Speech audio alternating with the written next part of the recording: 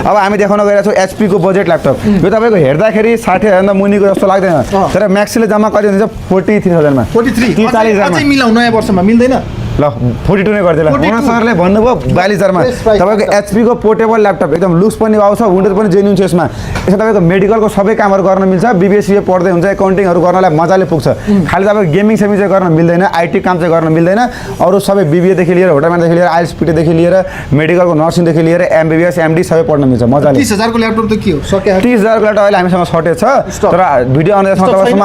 आइसक्छ होला तर पनि 30,000 नै अलिकति बजेट बढाएर 42 सम्म किन्दा राम्रो तर 30 सम्मकोले पनि काम चाहिँ गर्छ नगर्ने होइन सामान्य कामहरू गर्छ तर अलिकति स्लो हुन्छ कि 30 सम्मको त्यही भएर सकेसम्म बरु बजेट छ भने 42 सम्मको किन्दा नै राम्रो 2026 को मोडल हो यो HP को देखाउनु भयो भनेपछि मोडल पनि यहाँ कसरी थाहा पाउने मोडल हाम्रो यहाँ पनि लेखा हुन्छ ल्यापटप हेरेपट्टि पनि लेखा हुन्छ तर यहाँ बक्समा पनि लेखा हुन्छ सर सबै म्यानुफ्याक्चर भनेर सबै लेखा हुन्छ 2026 को मोडल हो भनेपछि यहाँ 2026 कै मोडलहरु त्यसमा मुनिको हाम्रोमा पाउँदैन तपाईले ल्यापटप किन्दाखेरि त्यसको ढुक्क हुनु म्याक्सेलमा आउनु होला तपाईलाई 30,000 देखि लिएर 3 लाख सम्मको जुनसुकै ल्यापटप किने पनि हामीले बेस्ट डिल बिगत दिन पनि दिँदै आएको थियौँ र अझै पनि दिने नै छौँ र भोलिको दिनमा पनि दिइरहन्छ त्यसको लागि चाहिँ ढुक्क अवस्था